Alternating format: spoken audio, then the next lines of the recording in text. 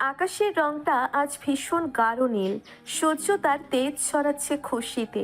সকাল থেকেই আবহাওয়া ঈষৎ উষ্ণ থাকলেও দিন বাড়ার সাথে সাথে অসহ্যময় গরম বাড়ছে চারিদিকে। দাশগুপ্ত হাউসে এই মুহূর্তে পরিবেশ বেশ গরম। সুপ্রিয়া দেবী হ্যাংলার মতো দাঁড়িয়ে আছেন পীযূষের কথাগুলো শুনে। চিত্রার প্যাচপ্যাচানি পীযূষের এক ধমকেই বন্ধ হয়ে গেছে। আমি ব্যারেট কথাটা শুনে পীযূষের মা ঠিক কী রিয়াকশন দেবে বুঝে উঠতে পারছেন না। শেখর বাবু সকাল সকাল মর্নিং ওয়াকে গেছিলেন। ফেরার পথে এক বন্ধুর সঙ্গে দেখা। সেখানেই গল্পে মশগুল ছিলেন তিনি। সকালের চাটা তিনি বন্ধুর সাথেই সেরে এসেছেন। গল্পের মূল বিষয়বস্তু ছিল পীযূষের বিয়ে দেওয়া নিয়ে। তিনি নাকি একজন ভালো মেয়ের সন্ধান দিতে চান। মেয়েটা ভীষণ ব্রিলিয়েন্ট, বর্তমানে ইঞ্জিনিয়ারিং করছে। শিক্ষিতা, সুন্দরী, স্মার্ট, সঙ্গে বড়লোক বাবার মেয়ে। দুজনের ফ্যামিলি স্ট্যাটাস প্রায় সমান সমান। শেখর বাবুর বন্ধু চাইছিলেন খুব তাড়াতাড়ি বিষয়টাকে নিয়ে আলোচনা করতে, কিন্তু তিনি মাঝপথেই থামিয়ে দেন। সম্পূর্ণ কিছু না বললেও তিনি জানান পীযূষ এই মুহূর্তে বিয়েতে ইন্টারেস্টেড নয়। তবুও বন্ধুকে সরাসরি কিছু বলতে না পেরে বললেন যে বাড়িতে গিয়ে ওয়াইফ এবং ছেলের সঙ্গে সরাসরি কথা বলবেন এই বিষয়ে। এরপর বাড়িতে আসতে আসতে প্রায় 8:30টার বেশি বাজে। দরজা খোলা পেয়ে কিছুটা অবাক হলেও ভেতরে ঢুকে দেখেন এলাহি কাণ্ডবাণ্ড। একটা সুন্দরী মেয়ে শাড়ি পরে বসে আছে, সঙ্গে এসেছেন দুজন মধ্যবয়স্ক দম্পতি। কিছুটা দূরে পীযূষের সঙ্গে দাঁড়িয়ে আছে তারই বয়সী একটি ছেলে, আর দরজার পাশে দুজন কনস্টেবলের সঙ্গে আরও দুজন লেডি কনস্টেবল। বাড়ির এরকম পরিবেশ দেখে শেখর বাবু কপালে ভাঁজ ফেলে তাকালেন স্ত্রীর দিকে। সুপ্রিয়া দেবী তখন অন্য জগতে ভাসছেন। পীযূষ মায়ের হতভম্ব চেহারা দেখে সামনে এসে মায়ের হাত দুটো ধরল। সুপ্রিয়া দেবীর চোখ দুটো তখন ভিজে উঠেছে। বললেন, আমি যা শুনছি সেটা কি ঠিক বাবু? সত্যিই কি তুই? আর বলতে পারলেন না, গলা ধরে এলো। দু চোখ দিয়ে বর্ষণ ধারার ন্যায় জল ছেড়ে দিলেন। পীযূষ মায়ের চোখ দুটো মুছে অপরাধীর ন্যায় মুখ করে বলল, আমার যে আর কোনো উপায় ছিল না রে মা, পরিস্থিতির চাপে পড়ে আমার এই রকম করতে হয়েছে। পীযূষ আর পীযূষের মায়ের কথা হলো ঘরের সবাই বসে চুপচাপ শুনে যাচ্ছে। শুধু একজনই ভয়ে সিটিয়ে দাঁড়িয়ে যাচ্ছে। শেখর বাবু এলেন হেঁটে স্ত্রীর পাশে। খানিক অবাক হয়ে তাকিয়ে প্রশ্ন করলেন, কি হয়েছে? সবাই এমনভাবে চুপচাপ হয়ে আছো কেন? পীযূষ, তোর মা কাঁদছে কেন? নিজের চাপা কষ্ট আর ধরে রাখতে পারলেন না সুপ্রিয়া দেবী। স্বামীর দিকে তাকিয়েই ফোপাতে শুরু করলেন। শেখর বাবু ব্যস্ত হয়ে পড়লেন স্ত্রীর চোখে জল দেখে। তাড়াতাড়ি এসে সুপ্রিয়া দেবীর পাশে বসে তাকে এক হাতে জড়িয়ে জিজ্ঞেস করলেন, কি হয়েছে সুপ্রিয়া? এভাবে কাঁদছে কেন? তোমার ছেলে আমাদেরকে না জানিয়ে বিয়ে করে ফেলেছে। আর যখন চিত্রার পরিবারকে আমি বিয়ের কথা পাকা করতে ডেকেছি, তখন ও আমায় জানাচ্ছে ও আগেই বিয়ে করে ফেলেছে। কাকে বিয়ে করলো, কখন বিয়ে করলো, কিছুই জানি না। আর যদি বাড়িতে এই কাণ্ডটা না ঘটতো তাহলে হয়তো আমাকে জানাতোও না। এখন তো দেখছি বাচ্চা কাচ্চা হয়ে গেলেও আমাকে জানাতো কিনা সন্দেহ। মা প্লিজ, বললাম তো পরিস্থিতির চাপে পড়ে আমাকে বিয়েটা করতে হয়েছে, না হলে এই বিয়েটা আরো ধুমধাম করে হতো। বাবা তুমি প্লিজ মাকে একটু বোঝাও। তার মানে তুমিও জানো এই বিয়ের ব্যাপারে? বুঝেছো সুপ্রিয়া, আমার ছেলে ঠিক আমার মতোই হয়েছে। তোমাকে আমি যে পরিস্থিতিতে বিয়ে করেছিলাম ঠিক সেম পরিস্থিতিতে তোমার ছেলে বিয়ে করেছে। মেয়েটি কে? দেখতে কেমন? কী নাম? বাবা মা কোথায় থাকে? আচ্ছা মানলাম পরিস্থিতি যাই হোক, তবুও কি আমাকে একবার বলার প্রয়োজন মনে হলো না তোমাদের? মা এখন যদি মেয়েটার কথা তোমাকে বলি তুমি নির্ঘাত কষ্ট পাবে। তুই অলরেডি আমাকে না জানিয়ে বিয়ে করে কষ্ট দিয়ে ফেলেছিস। এর থেকে বেশি কষ্ট হয়তো পাবো না। তবুও বল দেখি মেয়েটা কে? আমি কি তাকে চিনি? পীযূষ একটা দীর্ঘশ্বাস ফেলল। সে চাইছিল না এই মুহূর্তে মাকে বেশি কষ্ট দিতে, কারণ নীতির ঘটনা এখনো তার মায়ের সামনে আসা বাকি। না জানি মেয়ের হত্যাকাণ্ড শুনে ঠিক কী রিয়াক্ট করবেন সুপ্রিয়া দেবী। তবুও এই মুহূর্তে যা কন্ডিশন, সত্যি কথা না বললেই নয়। না জেনে না শুনে প্ররোচনায় পা দিয়ে তার মা যে ভুল কাজ করে ফেলেছে, এই মুহূর্তে ভুল সূত্রে দেওয়াটাও একটা কর্তব্যের মধ্যেই পড়ে। তাই আর ভনিতা না করে পীযূষ বলল, কাল রেস্টুরেন্টে তুমি যে মেয়েটিকে সবার সামনে মেরেছ, সেই মেয়েটা আর কেউ না, আমার বিবাহিত স্ত্রী অনুশ্রী। ও তনুশ্রী বোন, রুদ্রদার শালিকা। কথাটা সুপ্রিয়া দেবী মুহূর্তের মধ্যে চমকে উঠলেন। তারপর মনে পড়ল চিত্রার দেখানো ছবিগুলোর কথা। মুহূর্তেই রাগে মাথা টনটনিয়ে উঠল। তারপর উত্তেজিত হয়ে বললেন, তোর মাথা খারাপ হয়ে গেছে বাবু। ওই মেয়ে একটা নষ্টা, চরিত্রহীন মেয়ে। ওকেই তোর বিয়ে করতে হলো। আমি এই মেয়েকে কিছুতেই ছেলের বউ হিসাবে মানব না। তোমাকে কে বলেছে ওর চরিত্র খারাপ? চিত্রা, মা, তোমার কাছে যে ছবিগুলো আছে সেগুলো দেখাও তো। চিত্রা তখন কি করবে? একে তো আগন্তুক ছেলেটাকে দেখে ভয়ে ওর হাত পা জমে গেছে, তার উপর পুলিশ বাড়িতে, হুট করে দৌড়ে পালিয়েও যেতে পারছে না। চিত্রার এমন চুপ করে থাকা দেখে সুপ্রিয়া দেবী অধৈর্য হলেন। কি হলো দাও। চিত্রা নিজের মোবাইল ঘেটে ছবিগুলো বার করে সুপ্রিয়া দেবীর হাতে ধরিয়ে দিলেন। সুপ্রিয়া দেবী সেই সমস্ত ছবিগুলো পীযূষের সামনে ধরল। পীযূষ ছবিগুলো দেখেই ফোনটার সাথে সাথে সুইচ অফ করে দিল। তারপর মাকে বলল, এই ছবিগুলো সব ফলস, এডিট করা। আর কে করেছে জানো? তোমার সামনে দাঁড়িয়ে থাকা সতী সাবিত্রী মুখোশধারী এই মেয়েটি, মানে চিত্রা। কি আমি ঠিক বলছি তো, মিস চিত্রাঙ্গা সিনহা? না না, এসব মিথ্যে। আমি এসব কিছুই করিনি। বিশ্বাস করুন আন্টি, আমাকে ফাঁসানোর চেষ্টা করা হচ্ছে। ওই কাল নাগিনী এই চাল চেলেছে। আন্টি, আপনাকে আমি আগেই বলেছিলাম না ওই মেয়েটা কতটা খারাপ? সবই ওই মেয়েটা করেছে। দেখেছেন পীযূষকে কেমন নিজের বশে করে ফেলেছে? আন্টি, এখনো কিন্তু সময় আছে। পীযূষকে ফিরিয়ে নিয়ে আসুন ওই কাল নাগিনীর হাত থেকে। Just shut up Chitra. ওই মেয়েটা কাল লাগানি নাকি তুমি? পাশে দাঁড়ানো আগন্তুক ছেলেটা বলে উঠল। সুপ্রিয়া দেবী ছেলেটার দিকে এতক্ষণ ভালোভাবে লক্ষ্য করেননি। হঠাৎ কথা বলতে দেখে তাকালেন ছেলেটির মুখের দিকে। তারপর প্রশ্ন করলেন, কে তুমি বাবা? আন্টি, আপনি আমাকে চিনবেন না। আমার নাম আবির চক্রবর্তী। পীযূষ আমাকে চেনে, আর চিত্রা তো একটু ভালো করেই চেনে। মানে ঠিক বুঝলাম না। আসলে আন্টি, আমি চিত্রার এক্স বয়ফ্রেন্ড। আমার কারণেই চিত্রা আর পীযূষের ব্রেকআপ হয়েছিল বিগত 4 বছর আগে। অ্যাকচুয়ালি আমার কারণে বলা ভুল হবে। চিত্রে ইচ্ছা করেই পীযূষের সঙ্গে ব্রেকআপ করে নিয়েছিল আমার সঙ্গে রিলেশন করবে বলে। তখন আমি উঠতি বিজনেসম্যান, যেখানে হাত দিচ্ছিল সেখানেই লাভ হচ্ছে, টাকা পয়সা ছড়াছড়ি চারিদিকে। তখন আমার অফিসে পীযূষ আর চিত্রা দুইজনেই জয়েন করে। তারপর চিত্রা ধীরে ধীরে আমার প্রতি প্রচুর ইন্টারেস্টেড হয়ে পড়ে। বিভিন্নভাবে বিভিন্ন রকম আকার ইঙ্গিতে বোঝাই সে আমারকে লাইফ করে। আমি সেভাবে একটা পাত্তা দিতাম না। এরই মাঝে একদিন স্লিপিং পিলস খেয়ে সুসাইড করার চেষ্টা করে। ওকে আমি ধরে নিয়ে যাই নার্সিং হোম। তারপর থেকে ওর আমার প্রতি এত টান দেখে আমিও প্রেমে পড়তে বাধ্য হই। আমি তখন জানতাম না যে পীযূষের সাথে রিলেশনে আছে। সবসময় পীযূষকে ওর ফ্রেন্ড বলতো। তারপর পীযূষ আমার অফিস ছাড়ে। 3 বছর আমাদের মধ্যে রিলেশনটা খুব ঘনিষ্ঠভাবেই কাটে। প্রচুর টাকা উড়িয়েছি আমি ওর পেছনে। বিগত 1 বছর আগে আমার কোম্পানি লসে রান করে। ওর চাহিদা মতো আমি সব কিছু পূরণ করতে পারছিলাম না। ইনফ্যাক্ট আমি অনেক দেনায় জর্জরিত হয়ে যাই। 6 মাস আগে আমার সঙ্গে চিত্রা ব্রেকআপ করে নেয়।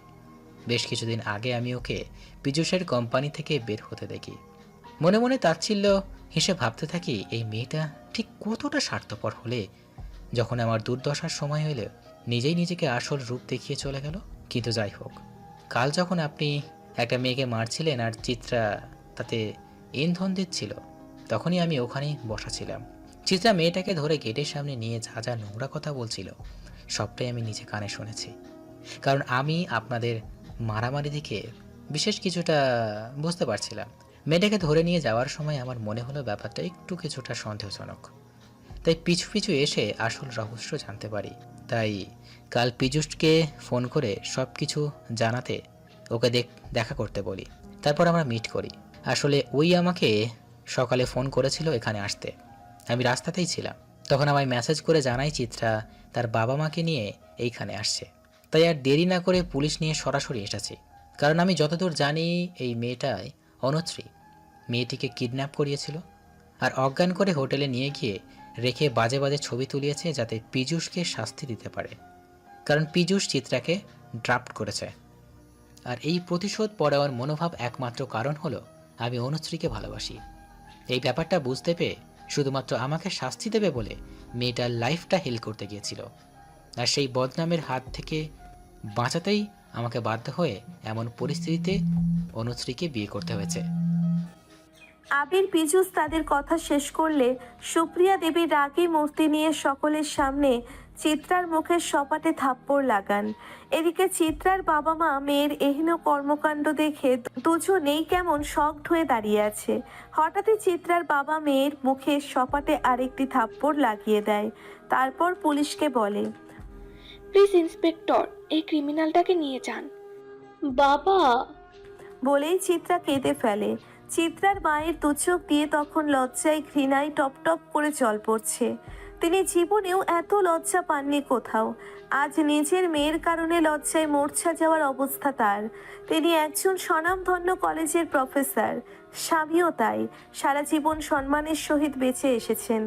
একমাত্র মেয়ে হওয়ায় কখনো তাকে কোনো কাজে বাধা দেননি। যা চেয়েছে তাই পেয়েছে। জীবনের পূর্ণ স্বাধীনতা দিয়ে রেখেছিলেন মেয়েকে। আর আজ সেই মেয়ে এমন একটা কাজ করবে তিনি স্বপ্নেও ভাবেননি। তাই তিনিও রেগে সপাটে একটা চড় লাগিয়ে দিলেন মেয়ের গালে। খবরদার, আর কখনো আমাদেরকে বাবা মা বলে ডাকবে না তুমি। ঘৃণা হচ্ছে তোমার মতো মেয়েকে জন্ম দিয়ে। সে আসলে ভুলটা আমাদেরই। একমাত্র মেয়ে বলে কখনো গায়ে হাত তোলা হয়নি তোমার। এই চটটা যদি আগের মারতাম তাহলে হয়তো এই দিনটা আজ দেখতে হতো না। প্লিজ ইন্সপেক্টর, এই ক্রিমিনালটাকে নিয়ে যান। আর হ্যাঁ, মনে রেখো, তোমাকে আমরা বাঁচানোর কোনো রকম চেষ্টাই করব না। নিজের কৃতকর্মের শাস্তি ভোগ করে খবরদার তোমার ওই নোংরা মুখ আমাদেরকে দেখাতে আসবে না। বলেই দম্পতি পীযূষদের কাছে হাত জোর করে ক্ষমা চেয়ে চোখের জল মুছতে মুছতে বেরিয়ে গেলেন। লেডি কনস্টেবল দুটো চিত্রার হাতে হ্যান্ডকাপ পরিয়ে নিয়ে চলে গেল থানায়। আবির পীযূষের সঙ্গে হ্যান্ডশেক করে বেরিয়ে পড়ল নিজের কাছে। সুপ্রিয়া দেবী ভেঙে পড়লেন কান্নায়। কান্নার প্রতিটি ভাঁজে আক্ষেপের সুর। লজ্জায় গ্লানিতে ভেঙে পড়ছেন তিনি। পীযূষ মাকে সামলে নিল বাহু ডোরে। সুপ্রিয়া দেবী তখন কান্নার দমকে কথা বলতে পারছেন না। পীযূষ ক্রমাগত হাত বুলিয়ে যাচ্ছে মায়ের মাথায় পিঠে। ভাঙা ভাঙা কণ্ঠে সুপ্রিয়া দেবী বললেন, বাবু, আমাকে বৌমার কাছে নিয়ে চল। আমি অনেক বড় অন্যায় করে ফেলেছি। আমি গিয়ে বৌমার পায়ে ধরে ক্ষমা চাইব। আজই ফিরিয়ে আনবো আমার বাড়িতে। তোমাকে কিছু বলার ছিল মা, কিন্তু কিভাবে বলবো বুঝতে পারছি না। কি হয়েছে বাবু? বৌমা খুব রাগ করেছে আমার উপর? হওয়াটাই স্বাভাবিক। যে অপমান আমি করেছি তার সত্যি যে কোনো ক্ষমা হয় না। তবু আমি ক্ষমা চাইব। দরকার হয় পা ধরে লুটিয়ে পড়বো। দেখিস তখন আর রাগ করে থাকবে না। পীযূষ কিছুতেই বুঝতে পারছে না কিভাবে মাকে কথাটা বলবো। এদিকে বুক ফেটে কান্নারা বেরিয়ে আসছে, তবুও নিজেকে সামলে বলল, মা, অনু এমনই মেয়ে না। ও জানো, তুমি ওকে না বুঝলে গায়ে হাত তুলে ফেলেছ। তোমার ক্ষমা চাইতে হবে না। তুমি শুধু গিয়ে একটু মাথায় হাত বুলিয়ে দাও, দেখবে ও এমনিতেই তোমার সব কথা মেনে নিবে। একদম বাচ্চা একটা মেয়ে, আদরের কাঙ্গাল। এত ভালোবাসিস মেয়েটাকে? নিঃশব্দে মাথা নাড়ল পীযূষ। পীযূষের নিঃশব্দ কথাই যেন বুঝে ফেললেন সুপ্রিয়া দেবী। পীযূষ একটা দীর্ঘশ্বাস ফেলে বলল, আমাদের এক্ষুনি একটু ও বাড়িতে যেতে হবে মা। তোমাদের জন্য একটা সারপ্রাইজ আছে। বলেই বাবা মাকে তাড়াতাড়ি রেডি করিয়ে নিয়ে পীযূষ রওনা হলো রুদ্রদের বাড়ির উদ্দেশ্যে। তখন সকাল 11টা। রুদ্রদের ডাইনিং হলে সুপর্ণা দেবী, তানিয়া, সরোজিনী দেবী, রোদ্দুরবাবু, শুভ্র, চন্দনা সকলেই বসে আছে। রুদ্র মেয়েকে অনুশ্রীর ঘরে দিয়ে এসেছে। রুদ্র যেহেতু আগেই জানিয়েছিল তারা আসছে, সেই সংবাদ পেয়ে অনু রাতেই জানিয়ে দিয়েছে তার বাবা মাকে। সনাতন বাবুরা তখনও রাস্তায়। প্রায় 1.5 মাসের উপরে হতে চলল মেয়ের কোনো খোঁজ খবর তারা পাচ্ছেন না।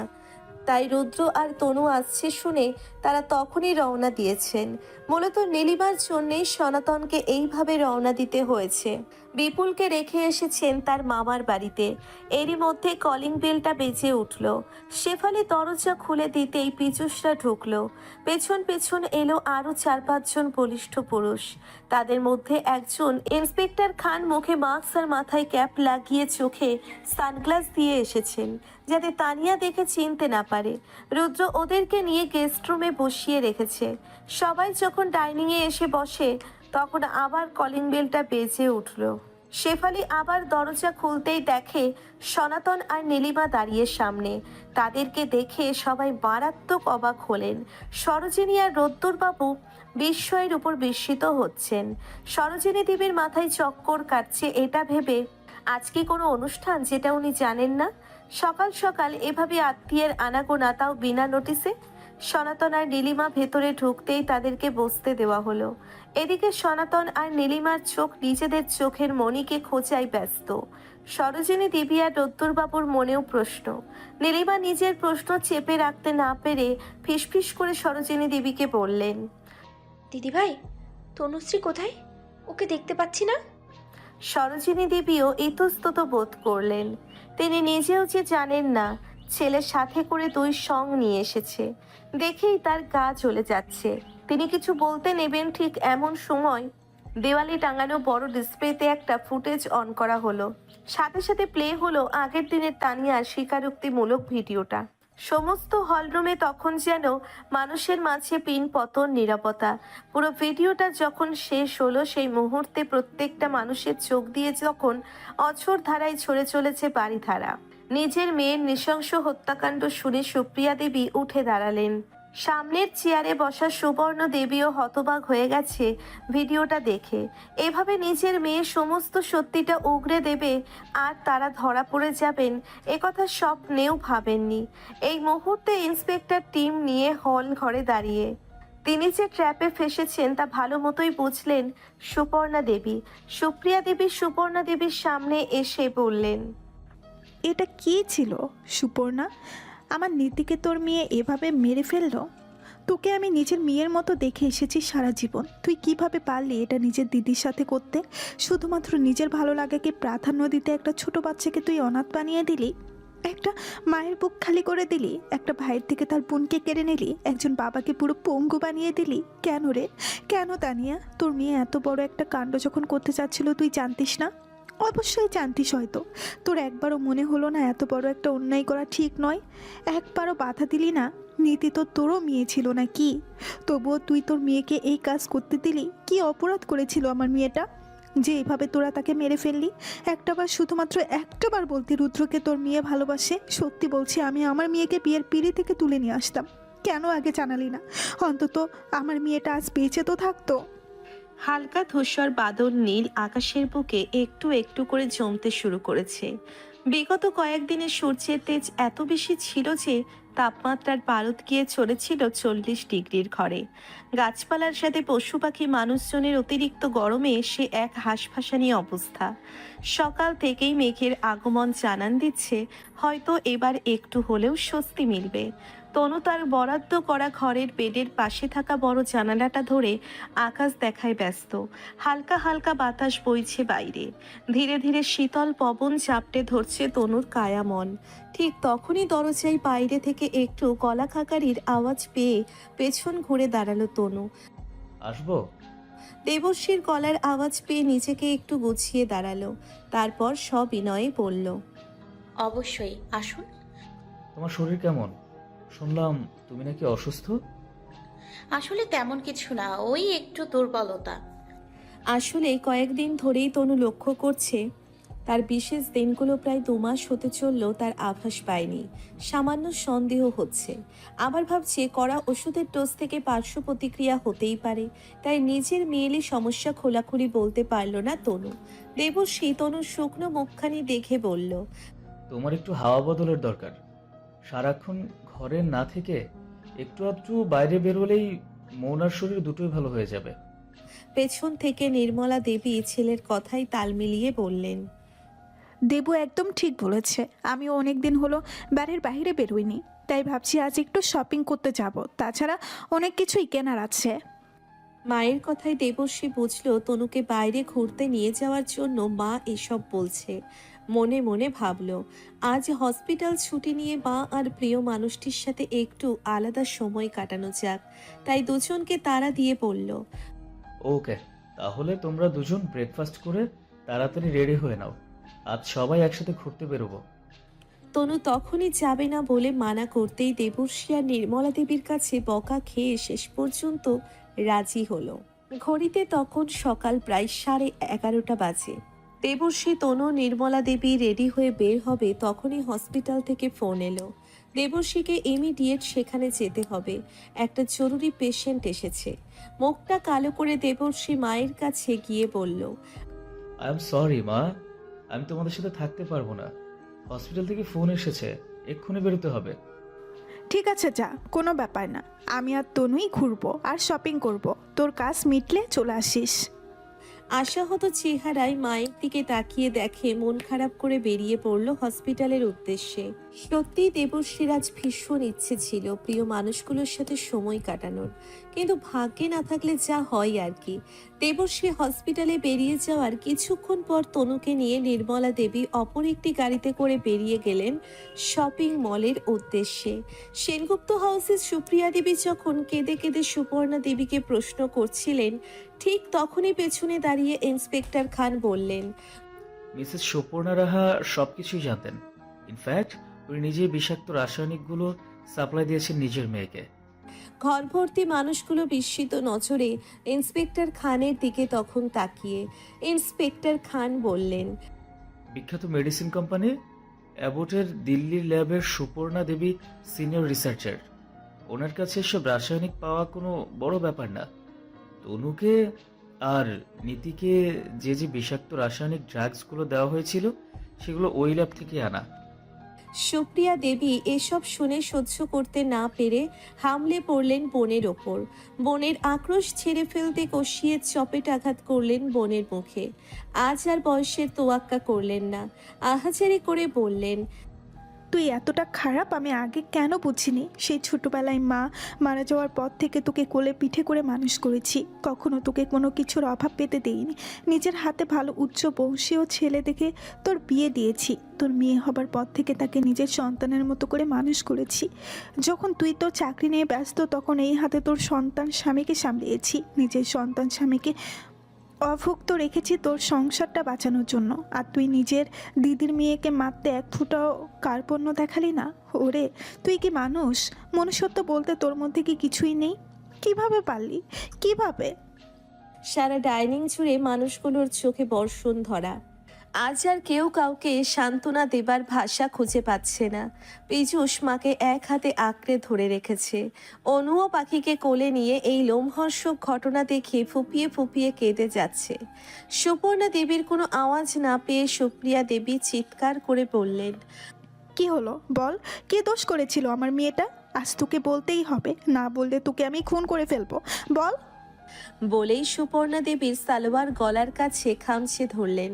সাথে সাথে সুপর্ণা দেবী ছাড়া দিয়ে সুপ্রিয়া দেবীর হাত ছাড়িয়ে বললেন, কারণ তুই আমার লাইফ হেল করে দিয়েছিস।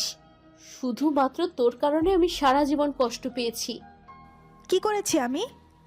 তুই জানতিস না আমি শেখরদাকে ভালোবাসতাম, তাও কিভাবে তুই তাকে বিয়ে করে নিলি?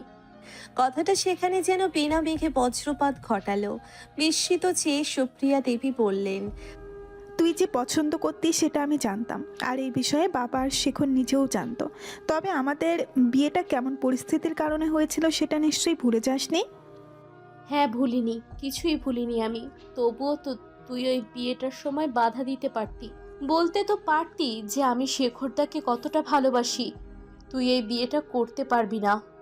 না, তুই বাধা দিসনি, একবারও বলিসনি, চুপচাপ বাবার কথা মতো বিয়েটা করে নিলি।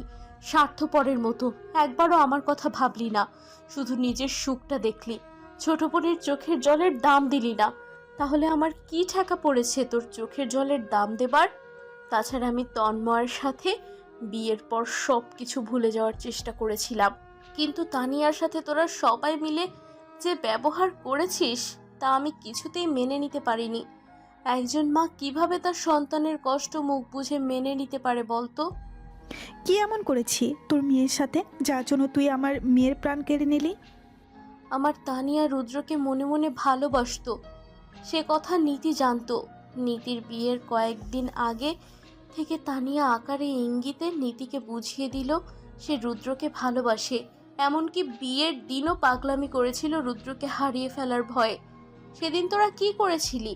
আমার মেয়েকে হাত পা বেঁধে ঘুমের ইনজেকশন দিয়ে দিন দিন ঘুম পাড়িয়ে রেখেছিলি। জানিস কত কষ্টে আমার মেয়েকে সামাল দিতে হয়েছিল? নীতির বিয়ের পর আমার মেয়ে শোকে পাগল হয়ে গেছিল। বহু কষ্টে আমার মেয়েকে যখন স্বাভাবিক করি, ঠিক তখনই নীতি রুদ্রকে নিয়ে আমার ওখানে বেড়াতে আসে। আমার মেয়ের সদ্য ভরাট হয়ে যাওয়া ঘাটা আবার তাজা হয়ে ওঠে। রুদ্রের নীতির প্রতি কেয়ার ভালোবাসা দেখে তানিয়া কতটা কষ্ট পেয়েছে তুই জানিস? আর তোর মেয়ে নীতি সব জানতো। তানিয়া যে রুদ্রকে ভালোবাসে সে কথা সে আগে থেকেই জানতো।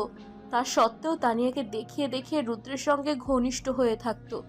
সেগুলো তানিয়াকে আরও কয়েকশো গুণ বেশি কষ্ট দিত। তাই এসবের শাস্তি তো তাকে পেতেই হতো, তাই না? হাপুস নয়নে কাঁদছেন তখন সুপ্রিয়া দেবী। শেখর বাবু চশমা খুলে চোখের জল মুছে বললেন, তোমার দিদির বিয়ের দিন যে বিয়ে ভেঙে গিয়েছে সেটা তো নিশ্চয়ই তোমার জানা। এত বছর কিছু ভুল ধারণা নিজের মনে গেঁথে নিয়ে যে বিষ পুষে রেখেছ, আশা করি আজ সেটা ক্লিয়ার করার টাইম চলে এসেছে। সেদিন বিয়ের আসনে সুপ্রিয়া ও বিয়ে ভেঙে গেলে চারিদিক থেকে সবাই তোমার দিদিকে লগ্ন ভ্রষ্টা বলে গালি দিচ্ছিল। সেই সময় তোমার বাবা মেয়ের চিন্তার হাড়েরা করেন। আমি ওনাকে হাসপাতালে নিয়ে যাই। সেখানে তোমার বাবা আমাকে সুপ্রিয়াকে বিয়ে করতে বলে। উনি আমার স্যার ছিলেন, ওনার সম্মান রক্ষাতে আমি রাজি হই। কিন্তু বেঁকে বসে তোমার দিদি তোমার কথা আমাকে জানায়, কিন্তু আমি নিজেই তোমাকে রিজেক্ট করি। কারণ তোমাকে নিজের ছোট বোন ছাড়া কোনোদিন কোনো চোখে দেখিনি আমি। কেউ তার নিজের ছোট বোনকে নিশ্চয় বিয়ে করবে না। তাই আমি নিজের সুপ্রিয়াকে বিয়ে করার চাপ দিতে থাকি, নিজের বাবার কথায় আত্মস্বজনের চাপে, আর আমার কথায় সুপ্রিয়া সেদিন বিয়েতে মত দেয়। লজ্জায় মাথা নত হয়ে যায় সুপর্ণা দেবীর। দু চোখ দিয়ে ফোঁটা ফোঁটা অশ্রুধারা গড়িয়ে পড়তে থাকে। যে মানুষটাকে সারাটা জীবন ধরে হৃদয়ের অন্তঃস্থল থেকে ভালোবেসে এসেছে, আজ এই শেষ জীবনে জানতে পারল সেই মানুষটি কোনো দিনও তাকে হৃদয়ের একটা কোণাতেও স্থান দেয়নি। হায় রে ভালোবাসা! এত ঘটনার মাঝে নীলিমা কখন যে অজ্ঞান হয়ে গেছে কেউ বুঝতে পারেনি। হঠাৎ সনাতনের এক হাত নীলিমার উপর পড়তে শক্ত হয়ে বেঁকে থাকা নীলিমার ঠান্ডা শরীরে পড়ে। সাথে সাথে ঘুরে তাকিয়ে দেখে নীলিমা কেমন যেন নীল হয়ে বেঁকে অচেতন হয়ে সোফার উপর পড়ে আছে। সাথে সাথে চিৎকার দিয়ে উঠলেন নীলিমা বলে। হলঘরের মধ্যে তখন সবার মধ্যে হুলুস থুলুস বেঁধে গেছে। শেফালি তাড়াতাড়ি জল নিয়ে নীলিমার মুখে ছিটিয়ে দিয়েও কোনো লাভ হলো না, জ্ঞান ফিরল না। ওদিকে সুপ্রিয়া দেবী এত বড় আঘাত নিতে না পেরে উনিও অচেতন হয়ে পড়ে গেলেন ফ্লোরে। তার চোখে মুখেও জল ছিটিয়ে কোনো লাভ হলো না। সঙ্গে সঙ্গে বাড়ির সকলে তৎপর হলেন এই দুই মহিলাকে হসপিটালে নিয়ে যাওয়ার উদ্দেশ্যে। সুযোগ বুঝে সুপর্ণা দেবী তানিয়াকে ধরে পালিয়ে যাওয়ার বুদ্ধি আটতেই ইন্সপেক্টর খান সঙ্গে সঙ্গে হ্যান্ডকাপ লাগালেন দুই মা মেয়ের হাতে। এদিকে রুদ্র, শুভ্র, পীযূষা, সনাতন, শেখরবাবু, রোদ্দুরবাবু প্রত্যেককে ছুটলেন হসপিটালের উদ্দেশ্যে। তার মিনিট কয়েক বাদে সুপর্ণা এবং তানিয়াকে নিয়ে পুলিশ রওনা দিল থানার উদ্দেশ্যে। এদিকে অনুশ্রী মায়ের আর শাশুড়ি মায়ের অবস্থা দেখে কেঁদে অস্থির। সরোজিনীর সাথে সাথে বুক চেপে ধরলেন তাকে। তারপর বেশ কিছুক্ষণ পর চন্দনা, অনুশ্রী আর পাখিকে নিয়ে সরোজিনী দেবীও রওনা দিলেন হসপিটালের উদ্দেশ্যে। আজ শপিং মলে শপিং করতে এসে দুর্বলতায় তনুশ্রীর ঘর্মাক্ত হয়ে উঠেছে গোটা শরীর। কাছে থাকা মিনারেল ওয়াটারের বোতলে মাঝে মাঝেই চুমুক বসাচ্ছে। এসির মধ্যে অস্বস্তিতে গা গোলানোর কারণে ঘাম তৈরি হচ্ছে শরীরে। প্রায় ঘন্টা 2-2.5 শপিং করার পর আচমকায় চোখে মুখে অন্ধকার দিয়ে সেন্সলেস হয়ে পড়ে গেল তনু। নির্মলা দেবী চিৎকার দিয়ে উঠলেন তনুশ্রীকে দেখে। সাথে সাথে শপিং মলের সেলসম্যানরা ছুটে এলো কাছে। তারপর ধরাধরি করে গাড়িতে তুলে দিতেই ছুটলেন তিনি ছেলের হসপিটালের উদ্দেশ্যে। পথমধ্যে ফোন করে জানালেন দেবশ্রীকে সবকিছু। কিছুক্ষণের মধ্যে পৌঁছে গেলেন। কি এক দৃশ্য সে! হসপিটালের করিডোর ধরে আগে পিছে স্ট্রেচারে করে ছুটে চলেছে 3 নারী। প্রথমে নীলিমা, তারপরে সুপ্রিয়া দেবী, আর পেছনের স্ট্রেচারে তনুশ্রী। একই হাসপাতালের করিডোরে একই পরিবারের সবাই। ঈশ্বর কি মেলাবেন সবাইকে একসাথে? টান পড়বে কি হারানোর সুরের বাঁধনে? কি জানি, হয়তো সময়ই বলতে পারবে সেই মূল্যবান উত্তরখানি।